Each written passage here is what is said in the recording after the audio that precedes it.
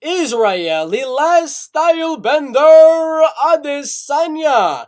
In the middleweight division, I'm going to give my prediction, my breakdown, and my betting breakdown as well. Who I think is going to win, why I think they're going to win, and how I think they're going to win. If I think Pereira is going to knock out Israel Adesanya, if I think Adesanya is going to submit Alex Pereira, all of that will be said in today's video, along with the betting breakdown. As I am aware, a lot of you guys are wondering who to bet on for UFC 281, given Adesanya is a pretty sizable favorite, almost 2-1 on some of these bookies right there. Some of the props are also out as well. Fight goes to a decision and the over 4.5 rounds. So we're going to discuss all of that in today's video. Before then, go down, smash like, subscribe, and comment who you think's going to win, Alex Pereira or Israel Adesanya, and do you think they're going to get a finish, or will the fight go to the judges' scorecards? Without further ado, let's get into my prediction, my breakdown,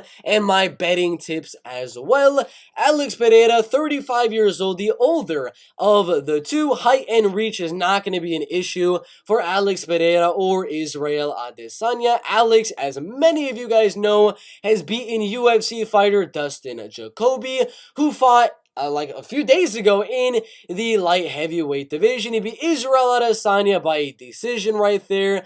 Got his first MMA fight with a second round knockout win there. It wasn't his first MMA fight, it was his third, but he got a second round knockout. Then, a few fights after that, fought Israel Adesanya for the second time, was losing the entire fight. Then he knocked out Israel Adesanya later on in that fight. Had a lot more kickboxing fights after that. Was doing really good. Lost one fight against Artem Vakitov after winning a split decision against him.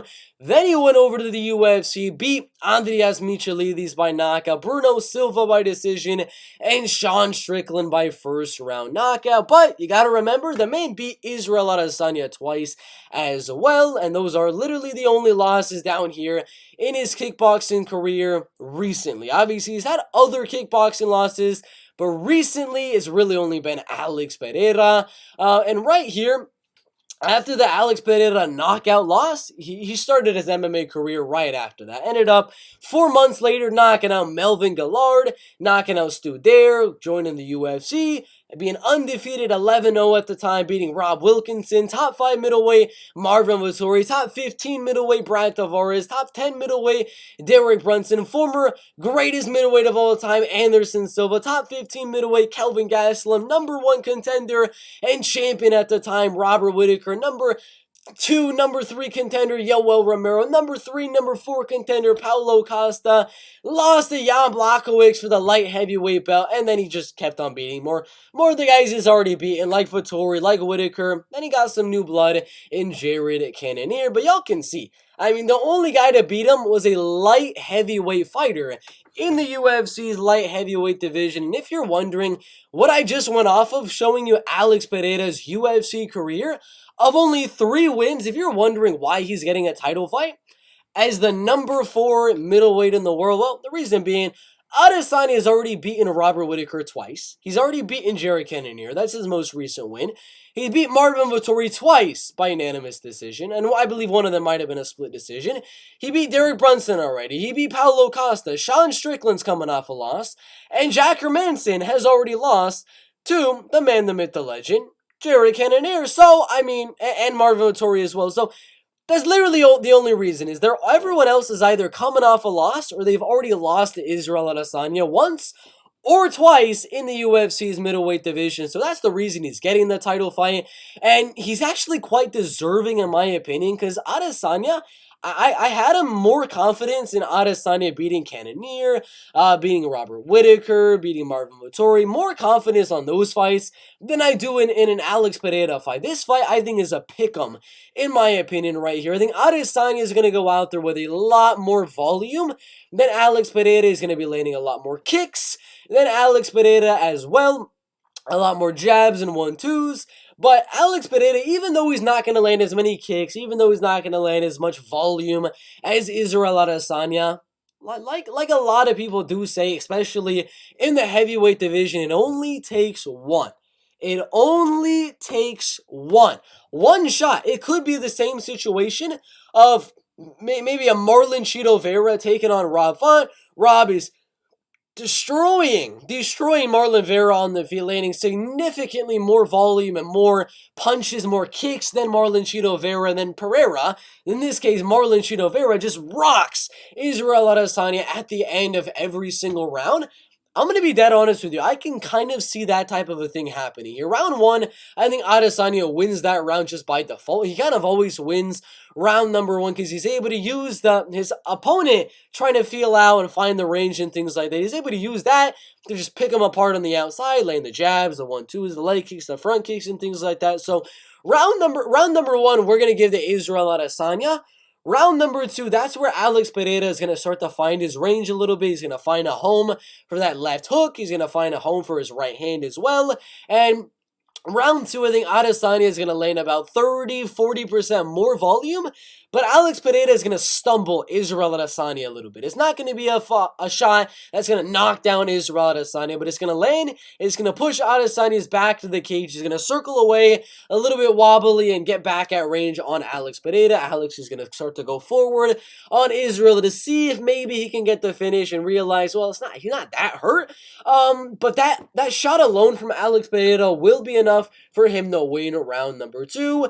Round number three is going to be pretty much similar to round number two as well, in that Adesanya is going to land a lot more volume. Pereira is going to land a little bit of the harder shots as well in that round, but Pereira is still going to win the round, landing a good big shot that's going to rock Israel Adesanya as well. Israel is going to be really tentative in round number three after he starts to feel the freaking UFC glove power of Alex Pereira. He's going to be a lot more tentative in round number three to let his hands and feet go, and that's where he's just going to start to leg kick, and that's where Alex Pereira is going to realize, well, now Adesanya is not really throwing with his hands. He's only really going for leg kicks. So that's where Pereira is really going to start to close that distance and start to land with heavier and heavier shots and win round number three. It's going to be 2-1 going into round number four, the championship rounds. Adesanya, I think, will win and come back a little bit in round number four, start to let his hands go, realizing that he needs to win that round. He's going to let his hands go, stay away, use his head movement, and stay on the outside and win round number four. Then it's going to come down to round number five. Alex Pereira needs to do something big in round number five, and Adesanya needs to stay away from that something big of Alex Pereira to win round number five. But I think Alex Pereira is going to close that distance. He's going to realize the range already of Israel Adesanya. He's just going to pressure for it. He's going to eat a lot of jabs, a lot of 1-2s, a lot of shots from Israel Adesanya. But Pereira in round number five, that's going to be the round, just like, I'm sorry to bring it up, just like Jake Paul Anderson Silva, he's going to catch Israel Adesanya with something, get on top of Adesanya, look for the finish a little bit. Fight's going to get back up to the feet.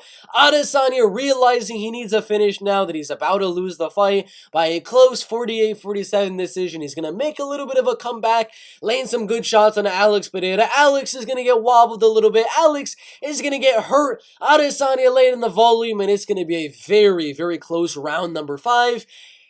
Round one, we got Israel Adesanya winning. Round two, we got Alex Pereira. Round three, we got Alex Pereira. Round four, we got Israel Adesanya. And round five, I think Pereira knocks down Israel Adesanya in that last and final round and wins a 48-47 decision. I can see a finish for sure. I can definitely see a finish, but in round two, in round three, and in round five, the only reason we're giving those rounds to Alex Pereira is because he's catching Israel Adesanya on the feet. Israel, soon as he feels that power, his output and his volume is going to go away a little bit, which is going to make Alex a lot more willing to close that distance and land those heavier shots, and that's where he's going to hurt Adesanya, but I don't think it's going to be enough to put him away at least. So it's going to be a good fight, back and forth, round goes Alex, round goes Israel, round goes Alex, round goes Israel, back and forth, back and forth.